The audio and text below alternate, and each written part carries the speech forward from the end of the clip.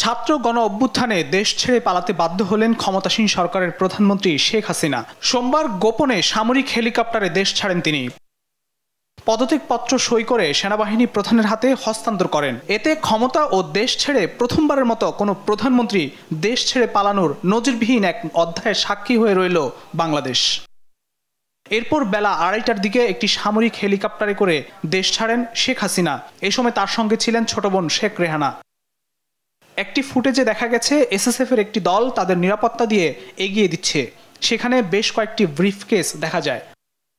পদত্যাগ করে শেখ হাসিনার দেশ ছেড়ে পালানোর মধ্য দিয়ে গত 1 মাস ধরে দেশজুড়ে ছাত্র আন্দোলনের রুদ্ধশ্বাস পরিস্থিতির অবসান হলো।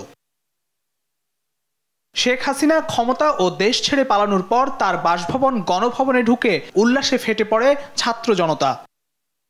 ফখরুল ইসলাম, দেশ টিভি, ঢাকা।